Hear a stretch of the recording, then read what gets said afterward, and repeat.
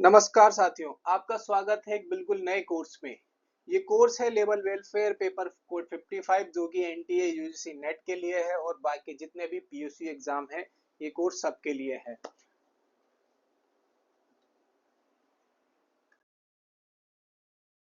इसमें कुल यूनिट 10 है, 10 यूनिट है जिसमें 17 चैप्टर हैं, तो वन बाय वन हम इन सबको देखेंगे। अभी हम चैप्टर 1 करते हैं जो कि है principle and practice of management. इसके अंदर हम जो जितने भी थॉट्स जो मैनेजमेंट के ऊपर आए हैं उनको देखेंगे और जो कंट्रीब्यूशन बाकी जो थिंकर्स है उनका क्या कंट्रीब्यूशन है, फायोल का क्या है, मैडम जो मेरी फार्कल पॉलेट है इनका क्या है, सीआई बर्नार्ड का क्या है, इसमें behaviour approach, system approach, quantitative approach और कंटीजेंसी अप्रोच देखेंगे। उसके बाद अगले चैप्टर में हम फंक्शन ऑफ मैनेजमेंट को देखेंगे।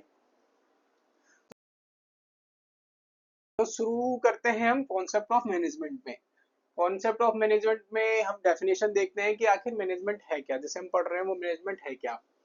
तो जो हेलोड कुन साहब है ये कहते हैं कि मैनेजमेंट एक आर्ट है। कैसा आर्ट है?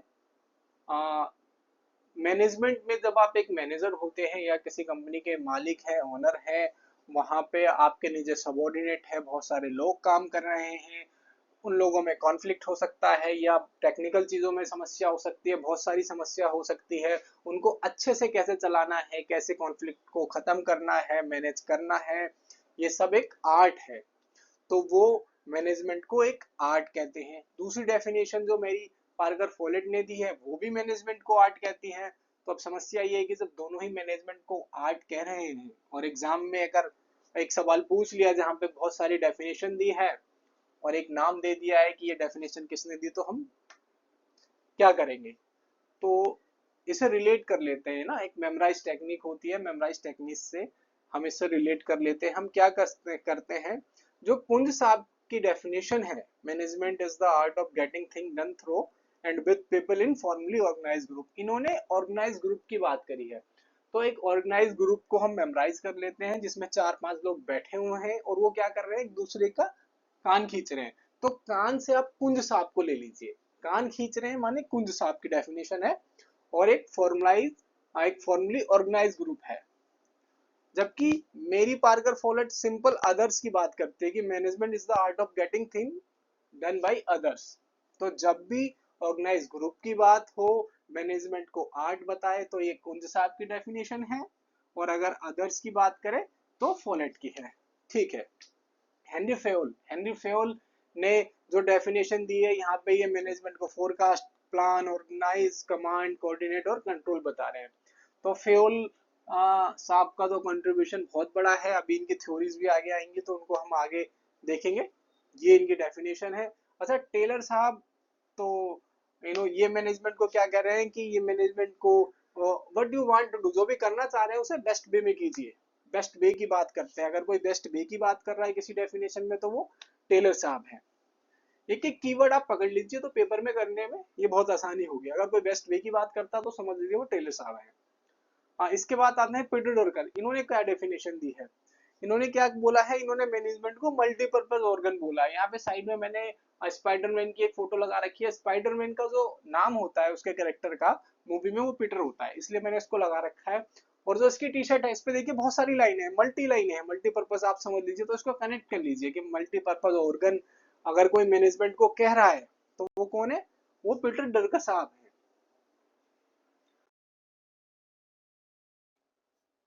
अब बात करते हैं मैनेजमेंट के नेचर की। तो मैनेजमेंट का नेचर कैसा होता है? इनोवेटिव होता है, बिल्कुल होता है, इनोवेटिव होता है। इनोवेटिव का क्या मतलब है कि मान लीजिए एक सिचुएशन हुई है, घटना हुई, उस पर किसी मैनेजर ने एक डिसीजन लिया और वो घटना दोबारा होती है तो क्या आप वही डिसीजन लेंगे? जरूरी नहीं है। आपका डिसीजन, आपका जजमेंट अलग हो सकता है सिचुएशन के हिसाब से।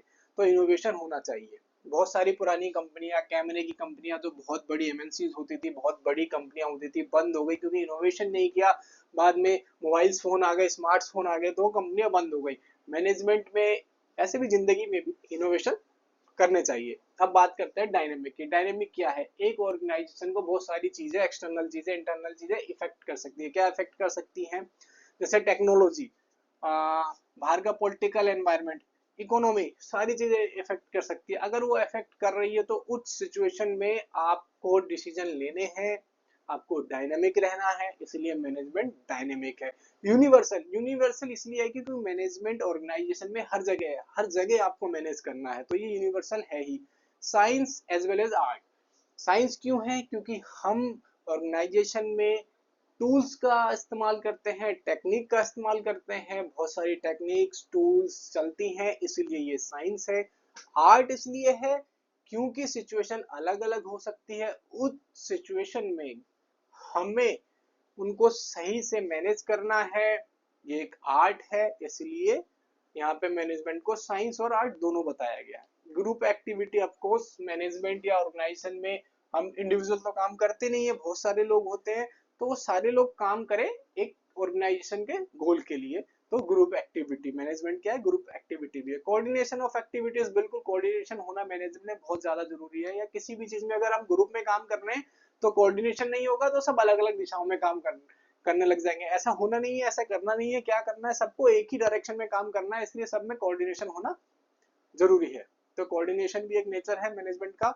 और उसके बाद achieving result through the effort of others, बिल्कुल जो हमारा ऑर्गेनाइजेशन है इसमें क्या होता है, बहुत सारे लोग होते हैं, उन सबको लोगों को एक साथ लेके हमको रिजल्ट को अचीव करना है। काम वो करेंगे, रिजल्ट अचीव होगा कंपनी का, ऑर्गेनाइजेशन का।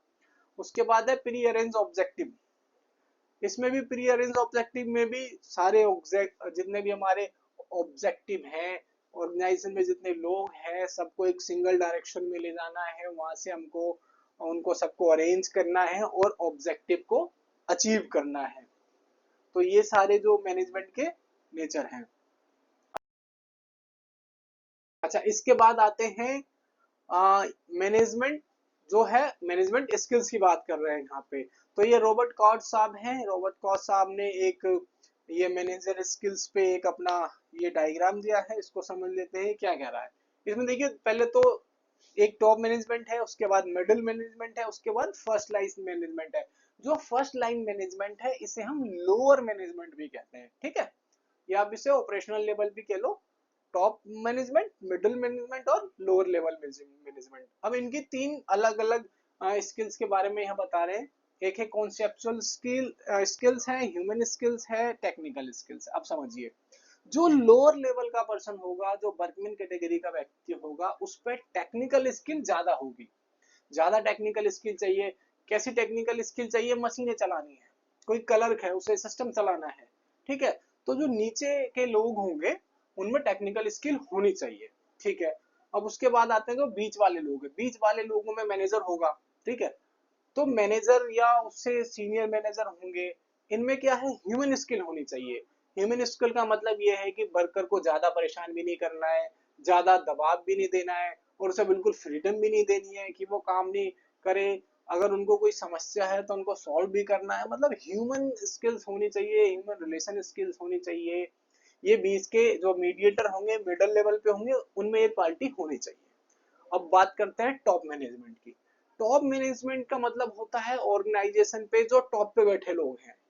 इनमें आप डायरेक्टर्स को ले सकते हैं, जो डायरेक्टर्स होते हैं, सीईओ होते हैं। ये क्या करते हैं, ऑर्गेनाइजेशन को आगे कैसे लेके जाना है, ऑर्गेनाइजेशन के क्या गोल है टॉप लेवल पे, क्या समस्याएं आ रही हैं, तो उनके कॉन्सेप्ट बहुत क्लियर होते हैं। वो आगे की तरफ देख के काम करते हैं, तो उनपे जो कॉन्सेप्चुअल स्किल्स होती है वो ज्यादा होती है, ठीक है। मिडिल मैनेजमेंट पे ह्यूमन स्किल्स ज्यादा होगी, और जो लोअर लेवल मैनेजमेंट है वहां पे क्या होगा, टेक्निकल स्किल ज्यादा होगी।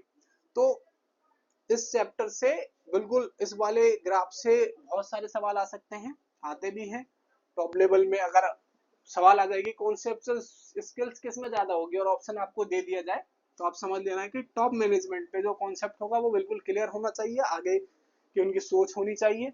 और अगर पूछ ले कि टेक्निकल स्किल सबसे ज्यादा किस में होंगी, तो ऑब्वियस सी बात है जो लोअर लेवल होगा उस पर ये स्किल ज्यादा होंगी। अच्छा, इसके बाद आता है मैनेजर रोल्स। अलग अलग रोल्स हैं, मिंट्सबर्ग साहब ने ये रोल्स दिए हैं, याद रखना इनका नाम, ठीक है। ये 10 अलग अलग तरह के रोल्स हैं, तीन पार्ट में डिवाइडेड है। पहला है इंटरपर्सनल रोल, यानी कि फिगर हेड। फिगर हेड क्या होता है, अब ऑर्गेनाइजेशन में मैनेजर है, कोई व्यक्ति आता है, कोई विजिटर आता है, आप उनसे मिलेंगे, ठीक है, बात करेंगे, कम्युनिकेट करेंगे, ये फिगर हेड का काम होता है। कंपनी में, ऑर्गेनाइजेशन में हर जगह वो फिगर हेड का काम करेगा। लीडर्स, ऑफ कोर्स लीडर है, मोटिवेट करेगा, अपने वर्करों को मोटिवेट करेगा, किस तरह से काम करना है, ये उसका काम है। मोटिवेशन मतलब कम ना हो किसी वर्कर की। इसके बाद आता है लाइजनिंग। लाइजनिंग का मतलब क्या होता है? आप लाइजनिंग को इस तरह से समझिए कि लाइजनिंग बोलते हैं एक मीडिएटर है जो आउटसाइड ऑर्गेनाइजेशन में काम करता है। जैसे मान लीजिए कोई पीएसयूज है, एक पीएसयूज के अंदर एक लाइजनिंग ऑफिसर होगा, वो उस रिलेटेड पीएसयूज के जो मिनिस्ट्री से वो लिंक होता है, तो मिनिस्ट्री और उसका जो पीएसयू है उसके अंदर वो कोऑर्डिनेट करता है, यहाँ की इंफॉर्मेशन वहां देता है, जो भी रिलेटेड इंफॉर्मेशन है वहां से कुछ इंफॉर्मेशन आएगी तो यहाँ आएगा, इसे लाइजनिंग बोलते हैं। ठीक है, वो एक तरह से मीडिएटर का काम करता है। इसके बाद आते हैं इंफॉर्मेशनल। इंफॉर्मेशनल में क्या है? मॉनिटर, यानी कि मॉनिटरिंग करना। मॉनिटरिंग बेसिकली कंट्रोलिंग का एक पार्ट है। आपको मॉनिटरिंग करना है तो आप मॉनिटरिंग करेंगे, तो मॉनिटरिंग जब आप करेंगे तो आप पे इंफॉर्मेशन रहेगी उस मॉनिटरिंग की, उसके बिहाफ पे जब आप पे इंफॉर्मेशन रहेंगी तो आपकी जो स्ट्रेटजी होगी वो काफी क्लियर होगी, आप फैसले बहुत अच्छे ले सकेंगे। उसके बाद है, एक है डिसमिनेटर। डिसमिनेटर में क्या होता है कि मान लीजिए कि आप डायरेक्ट जा रहे हैं किसी एम्प्लॉय के पास, किसी वर्कमैन के पास, और उसे उसके काम में पर्टिकुलर, उससे कुछ काम में दिक्कत आ रही है, कुछ परेशानी आ रही है, तो आप उसे डायरेक्टली आप बताएंगे, उसकी हेल्प करेंगे। हो सकता है कुछ टेक्निकल, आप मैनेजर है तो आपके पास नॉलेज है और उस पे नॉलेज है, लेकिन उस समय उसको जरूरत है तो आप उसे बता देंगे, तो ये डिसमिनेटर इस रोल को कहते हैं। Spokes person. स्पोक्स पर्सन बहुत बार कंपनी का जो एनुअल रिपोर्ट्स होती है या कंपनी में क्या हो रहा है इसे आपको बाहर बताना पड़ता है या स्टॉक होल्डर्स को बताना पड़ता है, तो आप स्पोक्स पर्सन का भी काम करते हैं।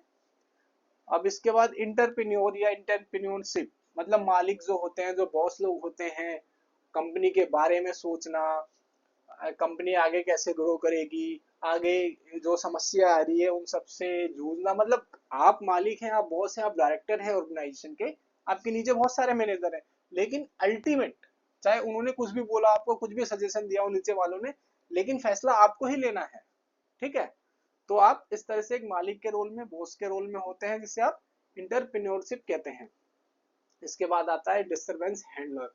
ये बहुत एक जरूरी पार्ट है। इसका मतलब क्या होता है? डिस्टरबेंस का मतलब ये कि मान लीजिए ऑर्गेनाइजेशन में कभी डिस्टरबेंस आ गया, कुछ आउटसाइड सोर्स की वजह से, कुछ टेक्निकल समस्या, किसी भी तरह की कोई समस्या आ गई, चाहे वो इनसाइड हो, आउटसाइड हो, पॉलिटिकल हो, तो आपको उस सिचुएशन में डिसीजन लेना है। ठीक है, ये इतना आसान नहीं होता, लेकिन आपको लेना है, तो ये एक रोल है, लेना पड़ेगा।